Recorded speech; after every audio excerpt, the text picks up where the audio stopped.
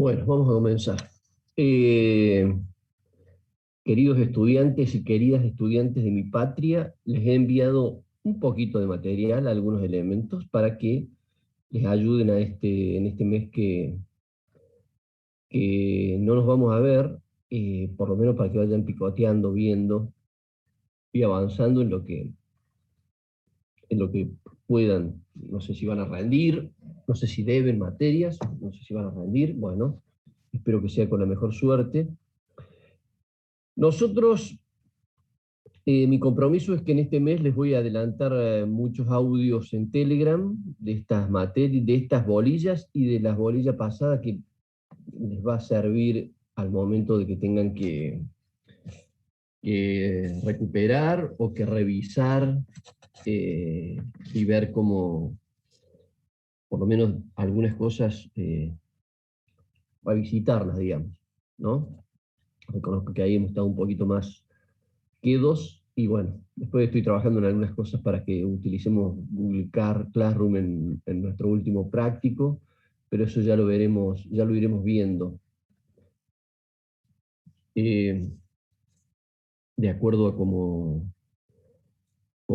se vayan desempeñando, cómo se vayan desarrollando las cosas. Lo mismo en nuestro portal voy a ir subiendo materiales de nuestros estudiantes de años anteriores para que les vaya sirviendo a ustedes al momento de estudiar y busquen algún tema, esté seguro que abordado por algunos de nuestros compañeros que estuvieron años anteriores y quizás les pueda servir.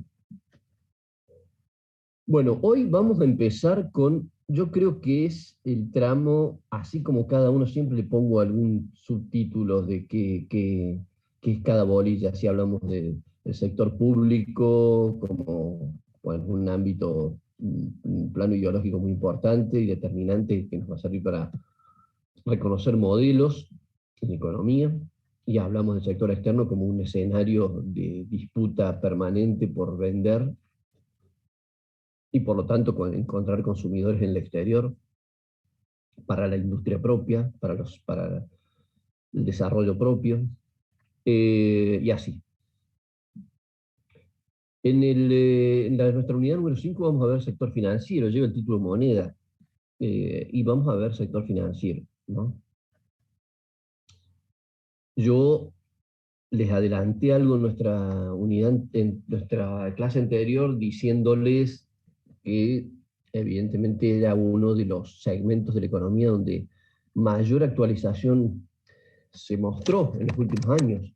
No solamente, a ver, me quedo corto cuando digo actualización, en el sentido de que es un área que se han generado una cantidad de desarrollos y de diseños, y es un segmento que ha adquirido mucha preponderancia.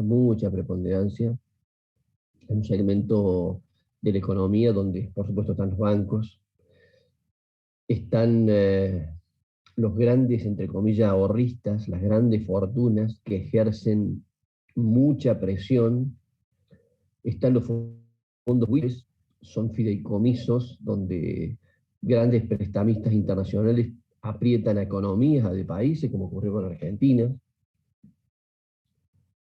Eh, Así que es el segmento donde mayor crecimiento ha habido en los últimos, diría, 40, 50 años. ¿Por qué? Porque, bueno, en general el sector financiero siempre se ha especializado en el área de finanzas en lo clásico. Entonces siempre se habían dedicado a bancos y a determinados activos e instrumentos financieros propios de prestar dinero para hacer negocio.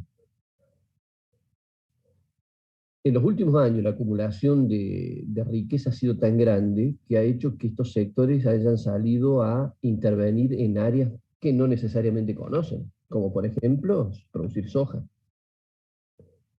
Entonces nosotros tenemos fideicomisos sojeros y por lo tanto muchos, en Argentina se acuñó la- el término, la construcción de pool de siembras, que en realidad lo que hacía era organizar una cantidad de sectores organizar a los ahorristas para que pusieran dinero en una actividad de producción agrícola. Por lo tanto, cuando uno va a empezar una campaña hace falta mucha plata, para alquilar campos hace falta mucha plata, para comprar insumos, para comprar agroquímicos y para contratar servicios hace falta mucha plata. Entonces, la rentabilidad es buena y entonces sectores que siempre financieros habían actuado a nivel del circuito financiero clásico comenzaron a poner su dinero en áreas que no necesariamente tenían conocimiento. Simplemente el negocio se había simplificado, lo que hay que hacer es alquilar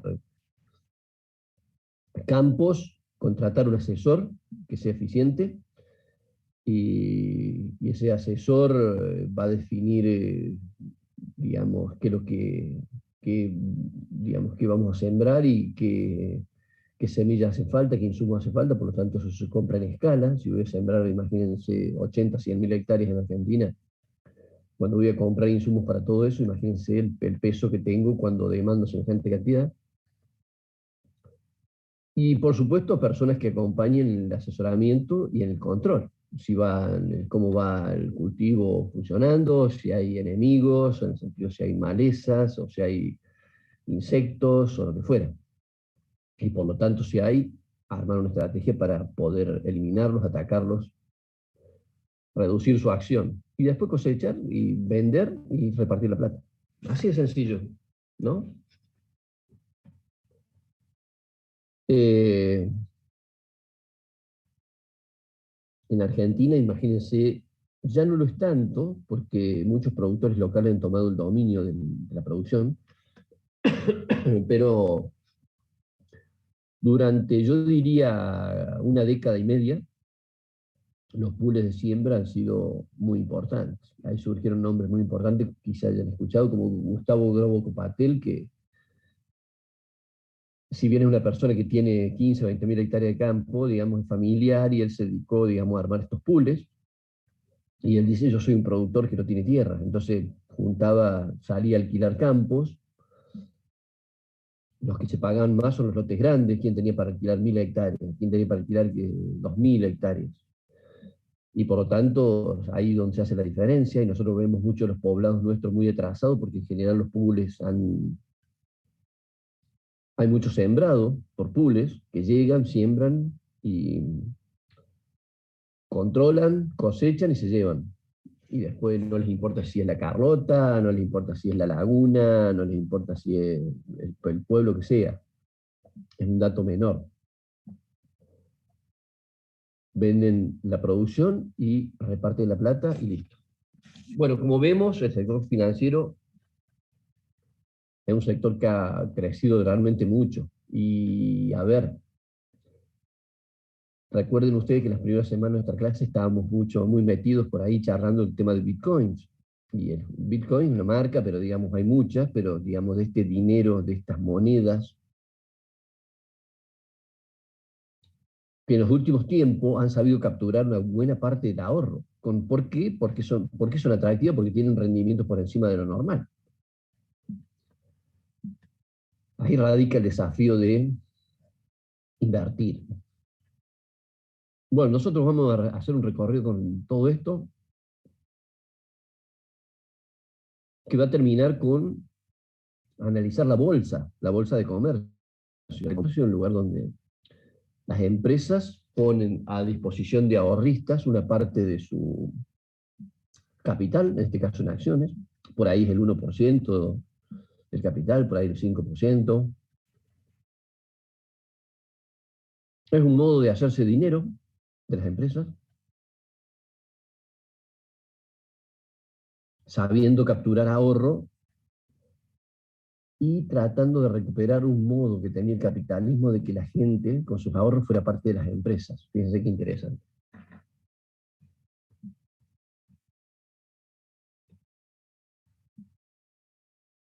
Les cuento de una acción que es muy emblemática. La acción de la empresa de los iPod, de los iPad, de los iPhone, la empresa Apple. de las máquinas, las Mac. Eh, en general es una una inmensa empresa que ha ganado mucha mística, ¿no? Y no solamente mística contado como un intangible, una mística asentada en un desarrollo tecnológico muy firme, y que de algún modo planteó desde el sistema operativo y desde muchas otras cosas una alternativa a lo que iba desarrollando Bill Gates con Microsoft y todos los clásicos, digamos, que nosotros en general son los más difundidos. Entonces, digamos, la empresa Apple o la de la manzanita fue ganando una mística, y yo, digamos, que generalmente he trabajado mucho en diseño, en máquinas, por supuesto, siempre han tenido un diseño mucho más bello, sistemas operativos y programas propios, sistema operativo propio, que han ido variando, generalmente con nombres de animales, Tiger, Leopard, etc. Muy estable, menos atacable por virus, y toda la gráfica de pantalla infinitamente más bella y cosas por el estilo. Bueno, es una empresa que, por supuesto, en un momento dado salió, y una parte de su paquete accionario fue puesto en oferta, en las bolsas. Estados Unidos tiene una bolsa especializada en tecnológicas. Y por supuesto el público, los ahorristas, muchas personas con nombre y apellidos que pensaban en su jubilación, que pensaban en tenerlo en algún lugar en algún ahorro para el futuro, se posicionaron en la empresa Apple. Y es, con el paso del tiempo, una de las acciones que más rendimiento ha tenido y que menos se ha desprendido sus titulares, que no han vendido, se han mantenido con esa acción, porque bueno, también la empresa ha crecido mucho, y por lo tanto la empresa, generalmente cuando una empresa crece, después no reparte beneficios, sino se va reinvirtiendo, y por lo tanto la empresa va siendo cada vez más grande.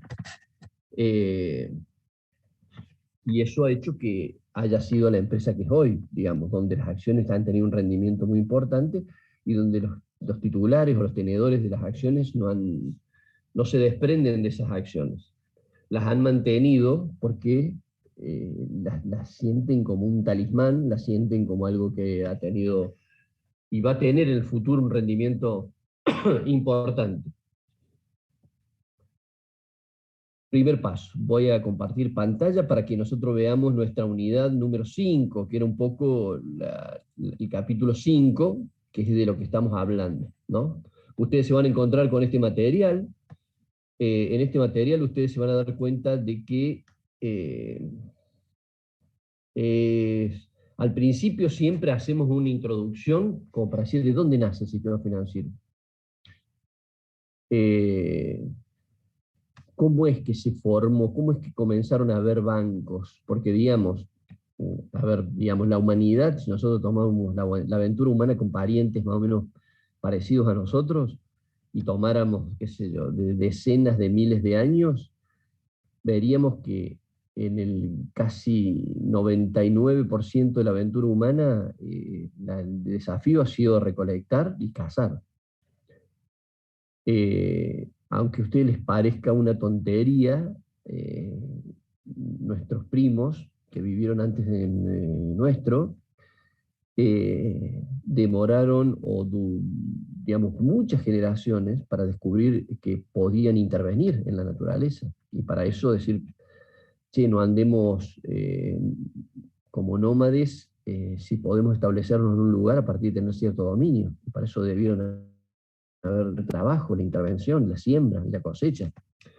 Aunque a ustedes les parezca hoy una tontería, a nuestros primos de antaño les tocó o les costó muchísimos miles de años poder darse cuenta de eso, para poder dejar de andar de un lado a otro, y por lo tanto establecerse en un lugar e intervenir en la naturaleza.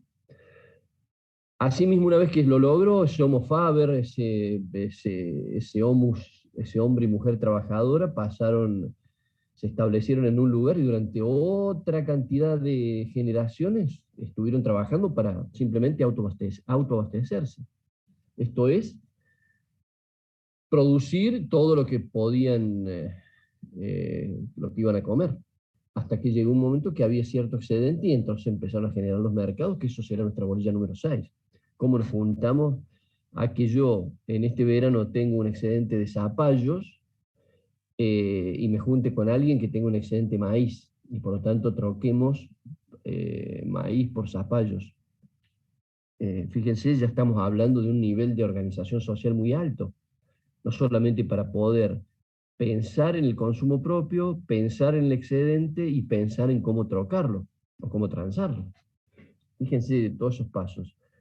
Imagínense ustedes que si yo doy una vuelta más de hoja a la evolución humana y llega un momento que no solamente que yo troco y por lo tanto me asisto para poder consumir, sino que aparte siga habiendo un sobrante y por lo tanto yo quiero venderlo. No quiero algo a cambio. Quiero algo a cambio que yo lo pueda utilizar como un medio de intercambio para comprar otras cosas. A partir de eso aparecen los,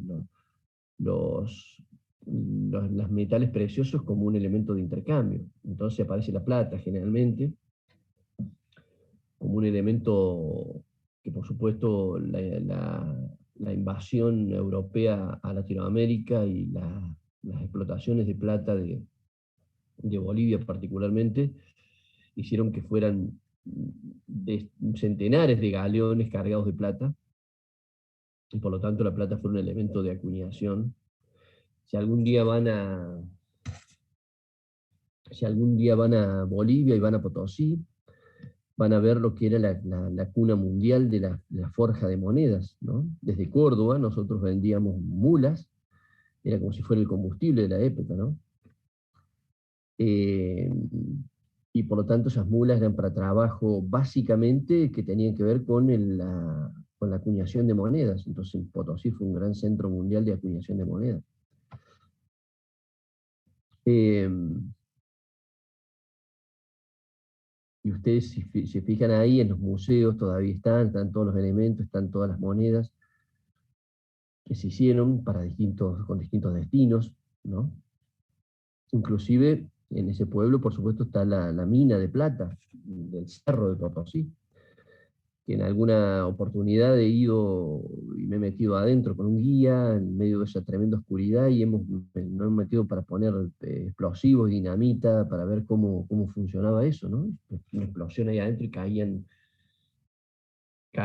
pedazos de montaña que se movía, es un verdadero gruyer, porque digamos ya casi toda la plata que había en ese cerro realmente fulgurante de plata, porque era realmente una reserva muy importante, quedó, digamos, del Estado se retiró y ya lo que hay son pequeños hilos de plata. Aún así hay gente que por sus propios medios compra su dinamita, que es de fabricaciones militares de Argentina, y compra su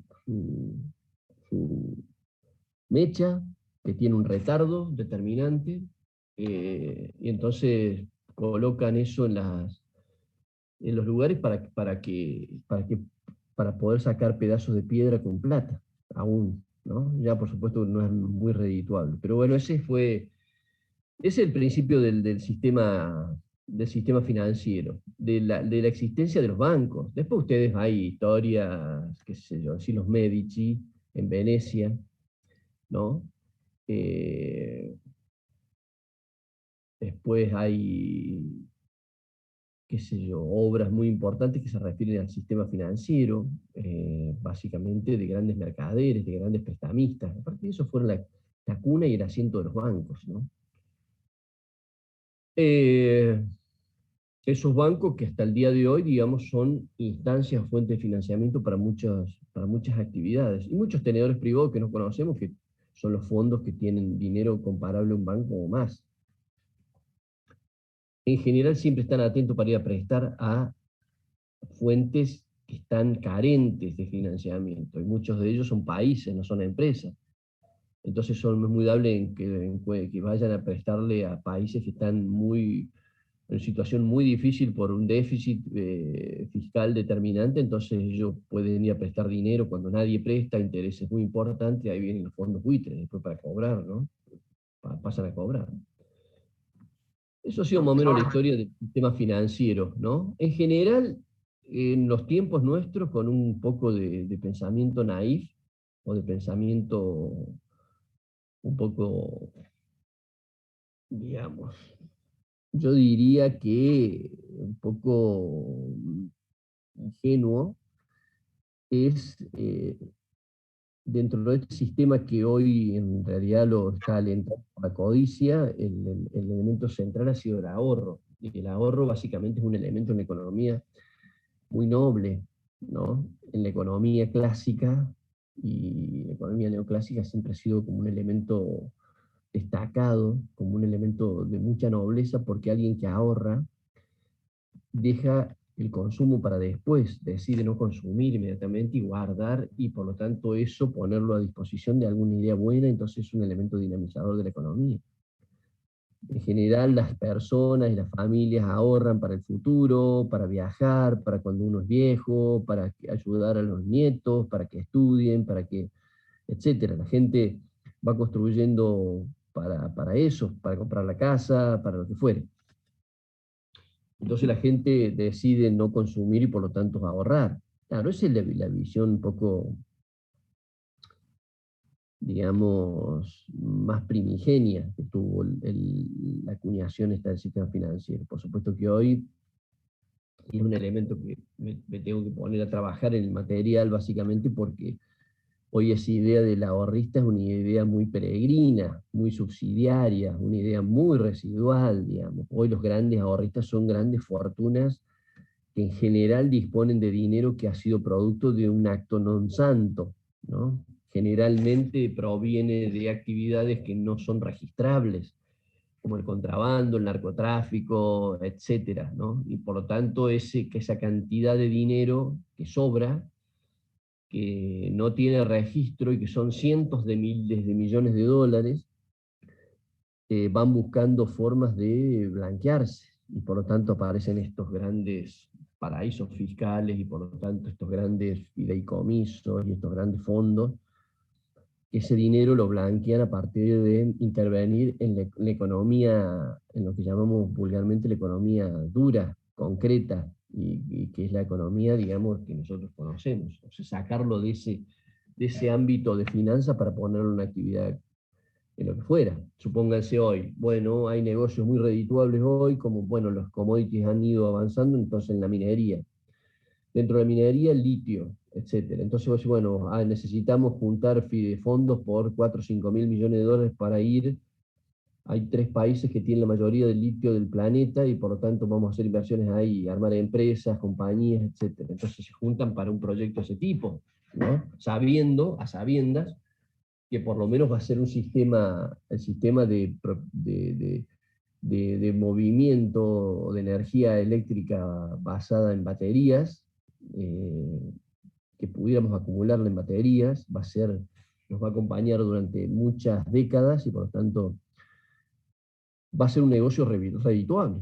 Entonces los fondos van ahí. Entonces toda esa idea que decíamos nosotros, mira, esta familia decide no consumir a pesar de que podría estar yéndose a un viaje o haciendo otra habitación en su casa o lo que fuere, decide no gastar, ahorra y lo pone en el sistema financiero para que la economía crezca. Aparece, que es lo que se plantea, digamos, en el material, aparece como una idea un poco, como les decía, digamos así, muy primate del sistema financiero, teniendo en cuenta todo lo que ha crecido el sistema financiero en función de todo este dinero mal habido, ¿no? Profe, Sí, mijo, quería hacer un aporte yo más que nada. con Este, todo gusto. sí, yo tengo entendido, he leído, he escuchado también, que más que nada la moneda nace cuando el hombre se da cuenta de que los recursos son limitados, por una parte, y por otra parte, de que el hombre se da cuenta también de que produce en menos de lo que demanda. y a raíz de eso, bueno, le pone precio, ¿no?, a su producción. Es, Sí, eso es sí, sí, no, básicamente la idea. son elementos bastante bien orientados, porque evidentemente cuando no puede existir la demanda si no existen bienes disponibles. Eh, Evidentemente, imagínense ustedes, a ver, una cosa que no existía cuando yo tenía la edad de ustedes, los celulares. Ustedes hoy, para nosotros, en realidad va casi, entre comillas, nuestra vida, nuestra documentación, certificaciones en un celular, ¿no? Imagínense que nosotros, cuando yo tenía la edad de ustedes, no existían los celulares. Es más, digamos, les digo más todavía. En las familias había una o dos familias de cada 10 que tenían un teléfono fijo, ¿no? Nosotros en general, las familias que no teníamos teléfono, cuando queríamos hablar por teléfono, teníamos que ir, generalmente en el centro había teléfonos públicos, había 2 o 3 por cuadra. Entonces, para poder hacer una llamada telefónica, comprar fichas, poner ficha, poner el número, discar el número y por lo tanto hablar con las personas. En algunos negocios de barrio, generalmente el carnicero, los almaceneros, tenían un teléfono que era un teléfono en línea que lo ponían ellos. Entonces, uno hablaba por teléfono, se lo escuchaban todo lo que uno hablaba, digamos, ahí en la carnicería y le cobraban por la llamada, porque valía la llamada. Imagínense ustedes ese mundo que no era ni más infeliz, ni un mundo más de atrasado, sin embargo, fíjense lo que son a esto que te estás refiriendo vos, las demandas, porque cuando uno poco demanda, no quiere decir que haya infelicidad, digamos. Lo que pasa es que, por supuesto, estar mejor, tener más confort, tener más servicios, ¿se entiende? O sea, son cosas que con el tiempo han ido creciendo. O sea, les doy ese ejemplo de las comunicaciones como puedo darle, qué sé yo, cuando yo era chico no había FM, ¿no? Que no había internet, no había FM, había radios AM. Y no le estoy hablando yo le estoy hablando de hace 40 años atrás, ¿no? Eh, Piensen que hace 40 años atrás, por ejemplo, no existía todo el sistema de cadetería, no había tintorerías, ni lavarrap, no había todo ese tipo de cosas, no existían. La gente cocinaba en sus casas. Cuando iba a un supermercado, uno compraba harina, hierba, compraba azúcar. Imagínense la cantidad de productos que hay hoy derivados de la harina y el azúcar. Entonces ahora yo compro una torta que está semi-hecha, prendo el horno y la pongo, digamos, tengo todo un sistema de servicios hecho para alivianar la vida. Todas esas cosas no existían. Yo iba a hacer una torta, tenía que pensar en el azúcar, en la harina, en los huevos, etcétera, en leche, para hacer una torta. Hoy vienen todo un montón de cosas preparadas, de sopa. Yo cuando iba a hacer una sopa, me mandaban a mí a comprar verduritas. Compraba puerro, compraba todas las verduritas, digamos, para hacer la sopa. Hoy vienen todo un sistema de servicio, por eso esta idea que estás diciendo que es, por supuesto muy atinada, o sea que las demandas y se van construyendo también, porque cuando no hay, no deseo cuando veo que hay, y por lo tanto puedo aspirar a tener. Imagínense ustedes esto con respecto a su celular, el primer celular que tuvieron les duró 5 años u 8 años, a las personas que lo tuvieron, ustedes que son pibes, pibas. Y el segundo ya te duró 6 o 5. Y el tercer celular ya, digamos, te puede durar más de 3 años, pero en general la capacidad que tiene de operación y de manipulación de datos va requiriendo que yo lo vaya demandando. Doy de baja mi celular que aún funciona. ¿Se entiende? Eso es construcción de demanda. Por eso imagínense el primero que dijo, a ver, evidentemente en el mundo hay una demanda de comida. Bueno, evidentemente hay una demanda de comida, lo voy a fabricar yo, es evidente haberlo creado a esa demanda y que esa posibilidad, porque digamos, África vivieron siempre africanos, no es que ahora estén demandando alimentos, y siempre se alimentaron. En general ha habido una evolución y por lo tanto asistir a esa demanda que va creciendo es esto, digamos, ¿no? Por lo tanto, la participación y la necesidad de ahorros para ir produciendo más. Imagínense, hoy tenemos dos países que entre los dos tienen un tercio de la población mundial o más, India y China, donde las personas vivieron ahí en una economía traída del principio de los tiempos. En China es lo que se llaman las familias con patio de atrás, donde el patio de atrás, el patio era para criar dos cerdos y ahí tener y una huerta y tener una alimentación, y así se replicaron durante siglos. Y ahora esas personas dicen, yo no quiero vivir más así.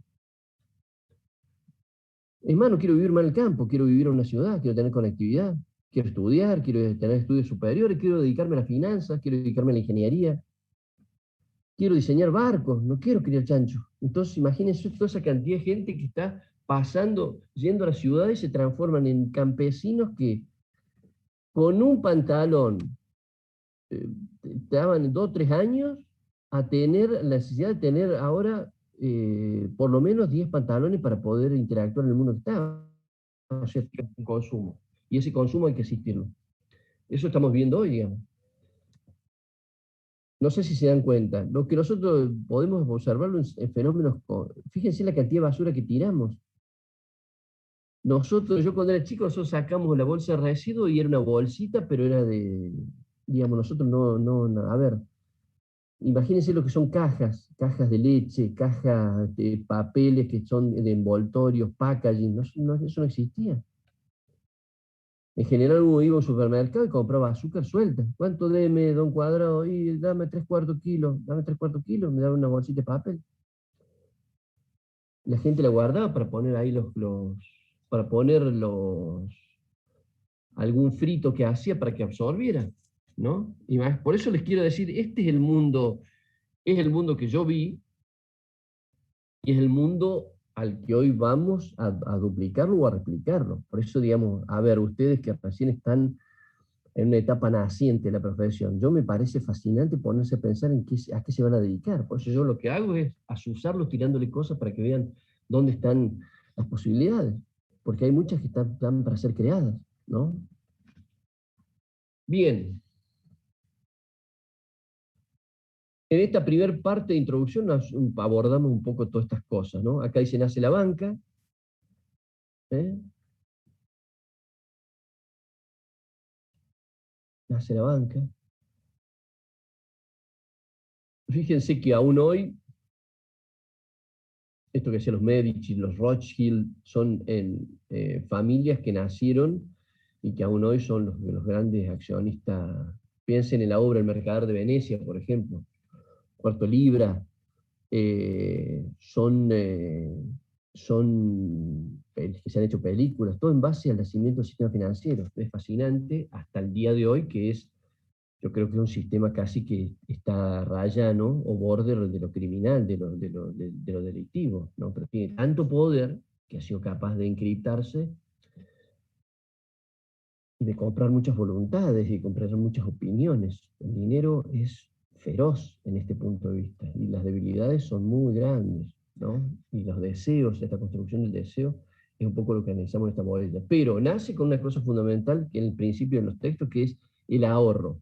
Esa idea del ahorrista, imagínense usted una familia que dice, bueno, este año ahorramos, hemos logrado ahorrar entre toda la familia 100.000 pesos. Entonces, bueno, vamos a ver si después hacemos un viajecito, si ahorramos para cambiar el auto, juntando varios años, o ampliar la casa, o lo que fuera. Imagínense ese nivel de ahorro comparado con el, cómo junta la plata el narcotráfico en el mundo, que es un negocio comparable al petróleo, nada más que sin registrar. Ese es el sistema financiero que nosotros vamos a ver.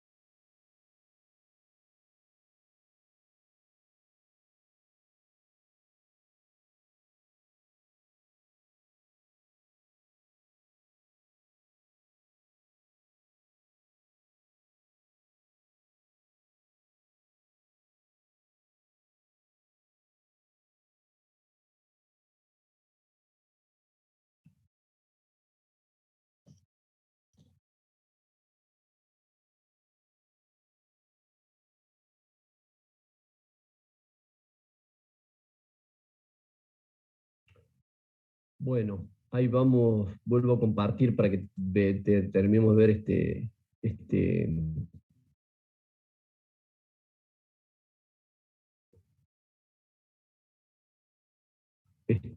esta introducción a otro material y no les sea ajeno. ¿Me están escuchando bien? Sí, profe. Sí, profe, se escucha bien. Gracias, gracias. Bien, entonces esto es lo que estamos viendo nosotros en nuestro material que ustedes se van a encontrar. Les recomiendo que vayan leyendo. Esto al principio es muy llevadero, porque después vamos a empezar a ver cómo vamos eh, aumentando en nuestra complejidad, ¿no? La primera, por supuesto que la banca con los riesgos que tiene al principio y después cómo se va armando distintos mecanismos, ¿no? Imagínense ustedes que, qué sé yo, diga, décadas, un par de décadas daba, por ejemplo, papel moneda, seguridad para los estudiantes de peritos calígrafos, y por ejemplo veíamos el inicio del dinero, por qué el dinero tenía que apoyarse en un material que fuera flexible, de papel, y por eso, digamos, el papel de algodón, que es el que se utiliza para los billetes, es el papel casi 97-98% de algodón, porque tiene una capacidad, una resistencia, se puede imprimir, tiene una superficie muy, muy fina, se puede imprimir con detalles y acepta el doblez. Entonces por eso vemos nosotros los billetes que vemos aún y que cada vez veremos menos. Ya hay economía del mundo donde la gente nunca vio un billete o no ve billetes. Y aún para comprar un cigarrillo suelto lleva un código en el celular y compra un cigarrillo suelto en un kiosco, ¿no? Eh, ¿Cómo fue, digamos, después? Porque, digamos, en un momento dado, que la moneda residiera en un metal precioso, en un metal de valor, tocó a un papel que decía, al que tenga este billete, páguele 5, páguele 10, y que nosotros vemos hoy en los dólares, la cara de gran, 50, etcétera, son históricos esos billetes. Y eso va dejando de ser. Imagínense que a principios de nuestro curso estamos viendo algunas charlas sobre Bitcoin que en realidad nadie es intangible per se. Así que bueno, en esas condiciones estamos. Esto es lo que he compartido con ustedes y quiero que vayan viendo, leyendo, para cosas que cuando retomemos tengan una base. Acá viene el sistema monetario, cómo se construyó. Piense siempre en el ahorro como la piedra angular de lo conceptual en esta unidad, ¿no? Porque a partir de eso, de lo que conocimos como ahorro clásicamente, no habría sistema financiero, ¿no? A pesar de que las fuentes sean difíciles de controlar y etcétera, ¿no? De dónde vienen los recursos para que el mundo obtenga financiamiento, ¿no? Es más, hoy hay mucho más capital que posibilidades de producción en el mundo, hay mucho capital que está esperando por ideas, ¿no? Eh, y por lo tanto están viendo dónde van pintando nuevos negocios, ¿no? Así que este es el material que he compartido con ustedes. Me salgo de esto para ir a otro material y que no les sea a ustedes tan... esto les va a interesar más porque básicamente acá nosotros tenemos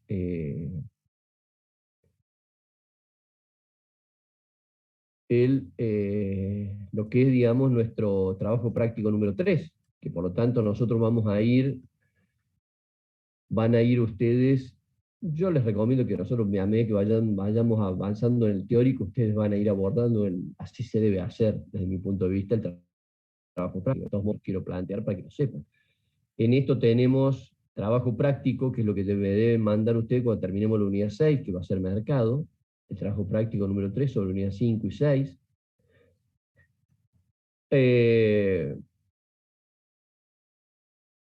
Fíjense ustedes que entre las preguntas que hay sobre el sistema financiero,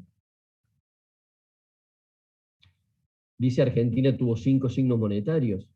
Muestre un billete de cada uno de ellos. La idea es mostrar un billete de $1 de cada uno de ellos o de un austral, que son las denominaciones, o de peso argentino. Fíjense ustedes lo que es la inflación en Argentina. Argentina tuvo su moneda, nació, se llamaba peso nacional, moneda nacional, el peso, y duró desde 1899 a 1970, duró 71 años, ¿no? Ese es el peso que yo vi, yo los vi a todos los signos monetarios, es el peso que yo vi cuando era chico, ese que teníamos nosotros cuando éramos niños, cuando era yo niño.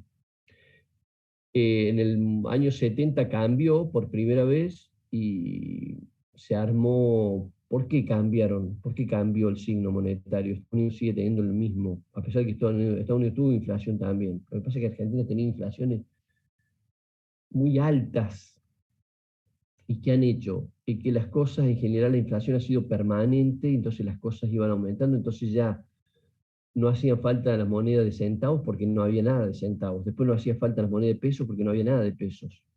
Después, en general, uno subía a un colectivo y tenía que pagar 100.000 pesos, supónganse ustedes. Así que imagínense ustedes que el salario a lo mejor era de 7, 8 millones de pesos. Entonces todo así. Entonces llega un momento que sí, nosotros no podemos nominalmente manejarnos con este signo monetario, y ahí se cambia. En general ustedes van a ver que en los 5 signos monetarios se le han sacado 13 ceros. Imagínense ustedes que si nosotros tuviéramos el mismo signo monetario con que nació este país, ¿no? Imagínense cualquier cosa que valga 100 pesos hoy y agréguenle 13 ceros. O sea, imagínense la magnitud que tendría ese bien, y hablar de cuánto valdría un auto, ¿no? Tendría 20 ceros. Entonces hablaríamos de cuánto vale un auto, 1.000.000.000 de pesos. Sería imposible. Entonces, en función de eso, con estos 5 signos monetarios, se le han ido sacando a 4 de ellos, porque si tuvimos 5 signos monetarios, ha habido 4 cambios, entonces se han ido sacando ceros, se han ido sacando 13 ceros. Entonces les he puesto ahí para que usted me ponga un billete de un peso ley 1888, un peso argentino, un austral y el peso actual. 5. Bien. En agregados monetarios el agregado monetario, es decir, toda la plata que está dando vuelta, ¿a dónde está? ¿A dónde está? ¿Quién la tiene? ¿Dónde está? ¿Cuánto hay? Argentina tiene una masa monetaria y por lo tanto este es un signo de análisis muy importante de la economía. ¿Qué hace la gente con la plata? Entonces, ustedes dicen, a ver, ¿cuánto es el circulante? M. ¿Y cuáles son las magnitudes M1, M2, M3? Bueno, quiere decir dónde la gente tiene puesto el dinero. ¿Cuánto hay en caja de ahorro? ¿Y cuánto está el dinero constante y sonante? Inclusive los que están en caja de ahorro, M1. Después M2, plazo fijo. Y así son, estos M van aumentando el nivel de inmovilidad del dinero. O sea, van aumentando hacia sitios donde el dinero está menos disponible, ¿no? En esto van a tener que hacer un trabajo de campo. Les he planteado acá, investigue cuál es la tasa de interés para un crédito de 20.000 pesos a un año en casas de préstamo. La verdad que esto lo debería haber actualizado para decir, bueno, a ver, me hace falta 40.000, 50.000 pesos. Pero la idea que ustedes es que pregunten, por ejemplo, en lugares como Efectivo Ya, que son prestamistas, son empresas de banco que prestan a gente que no tiene mucho respaldo, no tiene mucho...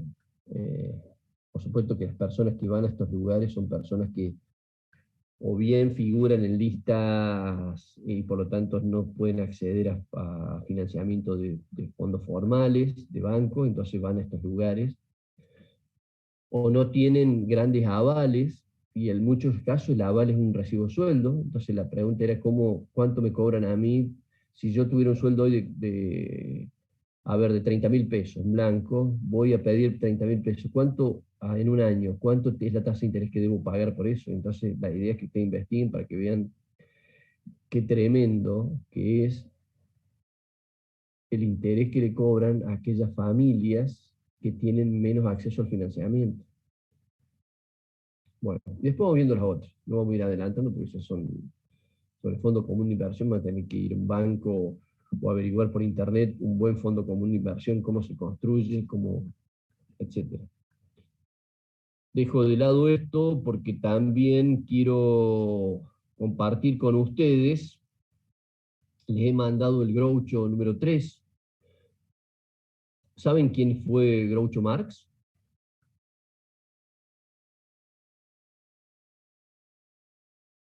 No, yo no, profe. No saben. Qué bien. José, qué bien, qué bueno que es en la vida decir la verdad que no sé. Porque llevamos ya el tercer número y ustedes no me han preguntado y capaz que digo, no, no, estos chicos sabrán o no sabrán. Este es Groucho Marx.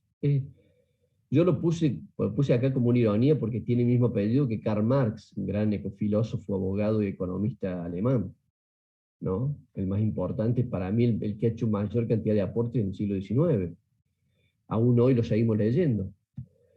Y entonces este lo puse yo como un humorista, este Groucho Marx, parte de los hermanos Marx. Este lo buscan, tiene un montón de dichos muy risibles, mucho humor. Es un hijo de una familia judía norteamericana y, digamos, fue un capo del humor del siglo XX. Entonces acá les pongo, me dijo un pajarito que están leyendo poco, siempre pongo cosas que yo, como para asusarlos a que ustedes lean. Este es el número 3. Acá les he planteado alguna cosa. Este es, fíjense, el primer auto eléctrico que se va a vender en Argentina. Fíjense, es el CEO de Peugeot y de Citroën. Estas es los que van a lanzar este automóvil, ¿no? Que va a ser el primero, que es como si fuera el 3008 nuestro. ¿Eh? Acá les pongo un llamadito para que ustedes vean todos los elementos que están relacionados con esto. Les puse unidad 1 y 2, pero esto no lo actualicé, debería ser unidad 4 y fíjense, recién ahora me doy cuenta. Pero la idea es que ustedes, todos estos textos, sean capaces de relacionarlos con lo que nosotros estamos viendo. Este es el autito, fíjense lo que es. Un SUV, ¿eh? Fíjense lo que es ese autito. El acuerdo de las carnes, y con un montón de cosas, distribución del ingreso, todo, ¿no? ¿Cuál es el acuerdo de los cortes? ¿Cómo es el plan ganadero? ¿Cómo va a tener que estar ofrecido? Para que veamos. Generalmente eso se da en AMBA, ¿no? En Córdoba, por ahí no llega tanto. Desarrollo productivo extendió el plazo para líneas de financiamiento de pymes. Sobre estas cosas yo quiero que ustedes siempre tengan información, porque creo que entre ustedes hay muchos emprendedores y emprendedoras. Entonces acá hay líneas, ideas, estoy seguro que hay ideas y mucho talento en este curso, por lo tanto, lo que hace falta son gente que provea de fondos para financiar ideas. Otro relacionado con commodities. No saben lo que está produciendo Vaca Muerta en Neuquén, ¿no? Es realmente uno de los reservorios de petróleo más grandes que hay, ¿no? Para que se me escape un chat. Profe, ¿ese archivo está subido? Sí, sí, está todo subido. Está todo les he mandado, se los he enviado ayer en el aula virtual.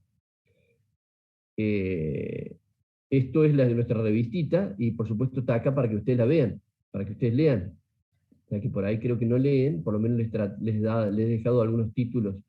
Fíjense esto que estamos hablando ahora, de lo que es el ahorro, la idea del ahorro, el abuelo que ahorra, o el jefe de familia, la mamá que ahorra en la casa para tener para una eventualidad. Fíjense lo que es esto, fíjense lo que es este título. Esto es actual, ¿eh? El diario se lo mandé ayer, es del diario de anteayer. A pesar de la pandemia, el mundo generó 5 millones de millonarios nuevos en 2020. 5 millones de millonarios que sí que llegaron a su primer millón. Fíjense, un número de personas con un patrimonio de al menos 50 millones aumenta casi una cuarta parte conforme a los más ricos del mundo y se benefician con la inflación de los precios de los activos. Fíjense. Por eso la idea del ahorrista que guarda, que nos sobró este mes 5.000 pesos y lo guardamos, parece como un cuento de hadas comparado con lo que es esto. Fíjense lo que es esto. Fíjense lo que son estas fortunas, ¿no? Bueno, ese es el título que igual, de nuestro... igual, hoy en día está más bueno invertir que ahorrar. Sí, A mi lo que punto pasa de es que vista, ¿no? para invertir hay que tener monto. O sea, yo, a ver, yo Ah, sí, obviamente. digo, claro, o sea, o junta, no, a lo mejor no tener propio, pero tener cabeza para juntar gente que lo tiene. Entonces yo digo, mira, tengo una idea buena. ¿Qué idea Pero es verdad buena? que no es una opción con la evaluación que tenemos a ahorrar, digamos, por lo menos nuestra moneda. No, no, porque nosotros podemos ahorrar y después inmediatamente, si tenemos un proceso inflacionario, tenemos que pararlo en un activo que no se arruine. Eso o sea, los países también que tienen inflación ahorran. ¿Cómo está la ingeniería para decir, bueno, yo tengo esta idea, el año que viene bueno, vamos a sembrar jatrofa, una demanda que hay en el mundo? Y che, ¿cómo sería? Bueno, necesito a alguna gente que ponga 100.000 pesos cada uno, vamos a juntar 1.000.000 de pesos para alquilar un campo y sembrar jatrofa. Vamos a riesgo, sería la rentabilidad esta. A lo mejor yo lo único que tengo es la idea. Y a lo mejor lo que junto son 10 financistas que tienen una plata y que les parece poco el interés que les da un banco y prefieren ir a riesgo y poder ganar el doble. Esto en general son las ideas que hoy hay en el mundo, por eso las comparto con ustedes. Bueno, listo. Les compartí el trabajo práctico, les compartí esto y les quería mandar, a ver, déjenme, esto no lo voy a compartir, sino que lo voy a abrir para copiar una dirección.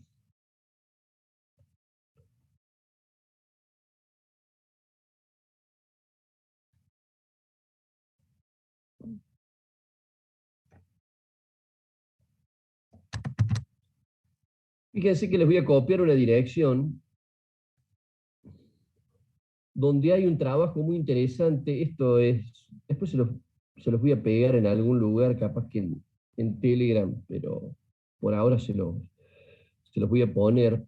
Es un trabajo de la Universidad San Martín, en donde hay voces de los ministros de Economía que hemos tenido en estas últimas décadas. Es interesante pincharlo para verlo. El primero que pusieron es a un ministro de Economía de Alfonsín.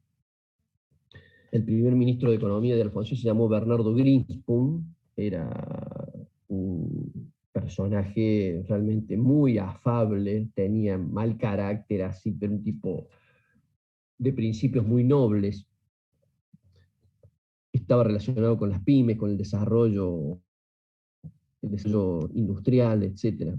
Estuvo, pero digamos como al principio del gobierno de Alfonsín no pudo plasmar ideas, lo que hizo, ahí se los pego, lo que hizo es, tuvo que renunciar y ahí apareció Juan Vital Surruil, que es el que hizo el plan austral.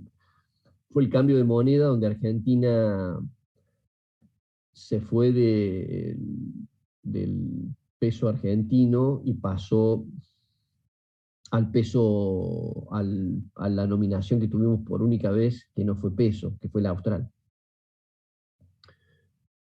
Entonces, la primera voz que está puesta ahí es la del ministro, simplemente esto para que ustedes conozcan el sitio y que vayan viendo las voces. Yo a medida que vayan apareciendo se las voy a ir tirando para que ustedes vean, fíjense lo que era el ministro de Economía, lo que decía. Vean si se entiende, para que ustedes vean qué país éramos, qué país dejamos de ser, y para que lleguemos a nuestros días hoy, digamos, ¿no? Bueno, eso es, creo que todas las cosas que compartí con ustedes esta semana. Así que bueno, ¿hay alguna pregunta?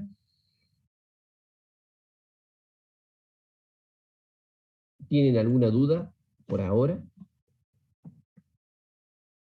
Profe, yo tengo una duda, pero es una consulta sobre la entrega del TP2. Adelante, Ian Infante, querido. Dale, gracias. Diga. No, quería consultarle, hoy era la última fecha límite, ¿cierto? Porque estuve también rindiendo y demás, y bueno, me falta terminarlo. con mi grupo y para enviarlo. Yo lo voy a esperar, señor Infante. Trate de no mandármelo en agosto. No, claro que no. Gracias, profe. Rindan. Si van a turnos de examen la semana que viene, estarán inscriptos, rindan, traten de rendir bien. Después se ponen a hacer trabajo práctico y me lo mandan. Ya se los voy a ir Profe, acreditando. Vaya leyendo. bueno, yo también estuve a full con los parciales y Sí, recién se hoy me pude habré sentar a ver. recibido 8 trabajos prácticos, 10. Faltan muchos, así que los voy a estar esperando. A medida que Bueno. este mes me imagino que les voy a ir colgando, a medida que vaya leyendo, voy a ir colgando los recibidos y a quienes tengan que mejorarlos, se los voy a devolver para que los mejoren. Perfecto. Yo, profe, tengo una duda Dale, más que Gastón. nada teórica. Dale, me El, gusta. el concepto de déficit, ¿es solamente usado para el Estado? O yo también puedo decir, por ejemplo, en mi casa tengo déficit, gasto Y más en de lo que gano. el término, digamos, no es de mucho rigor aplicado en microeconomía, pero evidentemente yo, en general, lo que digo, a ver, este año cómo estuve. Este año tuve pérdidas. Son términos más comunes en microeconomía. O tengo rojos. En general, fiscal se refiere al fisco. Déficit asociado a lo fiscal, al fisco, al Estado y por lo tanto a los ingresos del Estado. Ah, bien. En general, en microeconomía uno habla de otros términos, pero a pesar de que como calcados aparecen los mismos problemas. O sea, yo si tengo una pyme Sí, y tengo, evidentemente, me consigo un préstamo del Ministerio de Producción, del Banco Nación, etcétera, consigo un préstamo de 10 millones de pesos para comprar o para mejorar un sistema, para actualizarlo. Desde el momento que yo lo compro, lo ingreso a mi patrimonio, pero digamos lo tengo como deuda. Y si yo lo he puesto eso para devolver en 12 cuotas, por lo tanto, no es lo mismo digamos, el equilibrio financiero si lo voy a tener que devolver en 120 cuotas, si lo tengo que devolver claro. en 10 años. Se entiende que yo lo que voy a tener que buscar, ustedes como ingenieros e ingenieras, es tener plazos y tasas de interés bajas. O sea, Claro. ¿cuál es la idea? Porque del producido en tu pyme con 15%. Entonces te va a alcanzar para hacer frente a esa erogación que implica este endeudamiento. Endeudarse nunca es malo, al contrario. Deudor es quien puede La ser visto capacidad. como alguien capaz de devolver. O sea, el deudor no todos somos, inclusive algunos, por más que quisiéramos ser deudores, no podemos serlo porque nadie nos presta plata. Ser deudor no es malo. Y lo que es mucho mejor es deber porque uno ha incorporado una inversión para mejorar la actividad y por lo tanto mejorar la rentabilidad, mejorar la producción, etcétera. Claro. Lo malo sería ahí el plazo de No, o devolver sea, la plata, a ver, digamos. a mí me pueden prestar plata Sí, para la cosecha. Y las cosechas son anuales. O sea, yo puedo pedir hoy dinero porque en septiembre viene la siembra de la cosecha gruesa de verano y necesito sembrar maíz que tiene buen precio. Y hace falta mucha inversión para sembrar maíz. Muchos dólares por hectárea me hace falta. Me prestan plata hoy y tenemos expectativa que tenga una cotización alta y yo pido dinero a 6 meses. Me lo prestan a mí en septiembre y lo estoy devolviendo en marzo. ¿Se claro. entiende? O sea, los ciclos son ciclos. En este caso, la que interviene es la naturaleza para achicar el ciclo. Lo que no implica que me puedan prestar un banco plata para que yo diga, bueno, la verdad que voy a armar un fideicomiso agrícola y esta plata la voy a devolver en cinco años. Entonces digo, bueno, yo tengo en una zona determinada, en 2 o 3 departamentos de la provincia de Córdoba, tengo 50.000 hectáreas, entonces me compro aparte un tractor o 2 tractores y me compro todo un equipo para sembrado, 2 sembradoras, entonces yo puedo sembrar y puedo sembrar para terceros y armo un negocio de otro tipo. ¿Se entiende? Porque tengo una cantidad de hectáreas que me conviene antes que contratar, comprar maquinaria. Y entonces esa maquinaria aspiro a devolver el préstamo que me dieron en 5 años, en 5 cosechas. Sí, no, así más que nada, o sea, mi punto era, lo malo es el plazo que vos devolvés la plata y los intereses. Si vos lo haces en más tiempo, obviamente los intereses son más a veces. Todo depende, te vuelvo a insistir, el ciclo del negocio. O sea, a ver, si yo estoy en un negocio que sea una acción que dure una semana, yo lo tengo que devolver una semana. O sea, los ciclos hacen a los negocios. En general, digamos, uno lo que aspira a tener una devolución a más largo plazo y a tasa de interés más razonable, más baja, digamos, es el objetivo. Después habrá que ver. Yo por ahí tengo una situación muy difícil, no tengo el dinero. Hoy el dinero está fácil en el mundo, particularmente porque la pandemia ha hecho que los estados hayan impreso mucho, particularmente Estados Unidos. Estados Unidos duplicó la cantidad de dólares circulantes. Entonces, por eso el dólar, digamos, hay una masa de dinero circulante que los tienen no solamente los norteamericanos, sino otros. Y por lo tanto, por eso esa masa de dinero ha impactado el dólar, por eso el dólar ha perdido peso últimamente en su cotización. Básicamente uno lo mide en relación con otras monedas. Bueno, ¿listo? Fuimos pocos hoy, pero somos buenos. Che, nos vemos. Chao, profe, gracias. Chao, profe, nos vemos. Chao, profe. Buenas Chao, vacaciones. profe, muchas gracias. Disfruten mucho, descansen, junten energías. Adiós.